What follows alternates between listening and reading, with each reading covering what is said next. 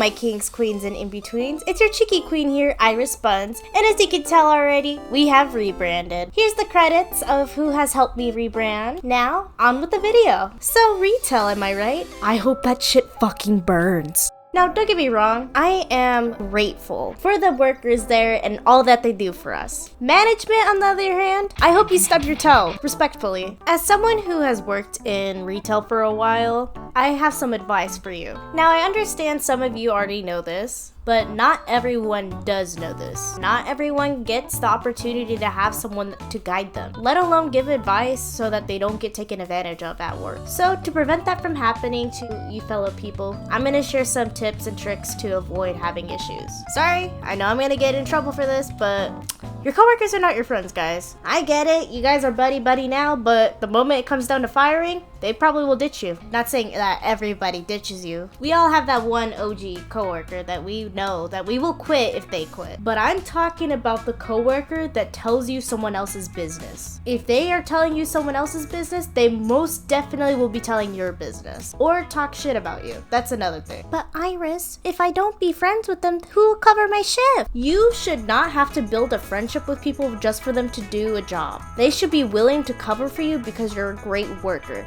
Not because you guys decide to have the drama talks one-on-one. Now, I'm gonna also tell you this. You are not obligated to come in and cover for someone's shift. It would be nice of you to do that, but you're not obligated to.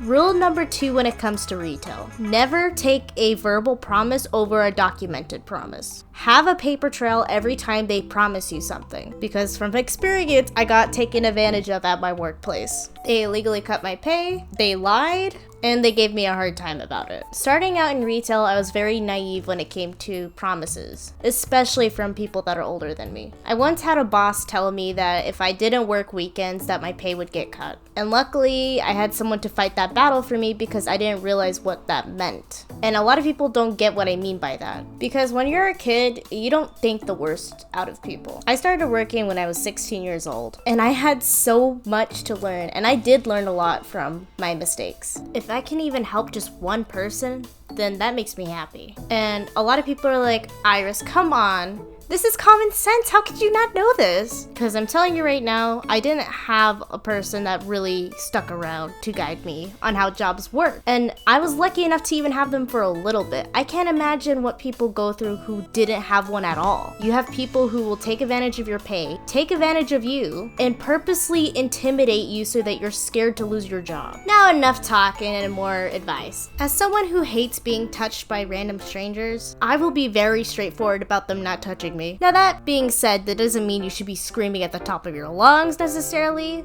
unless you have to, but it means saying, hey, I don't like nicknames, so please just call me by this. Or, hey, can you please not touch me? I'm not very comfortable with that. I understand it should be common sense not to touch people. Not everyone has the same body language. Some people like talking up close, some people like talking far away. So what matters is to be vocal about how you feel, but not entirely about your life. Now, that's the end for retail advice. If you're interested on hearing more advice, comment down part 2 and I shall make one. And lastly, subscribe, bitch.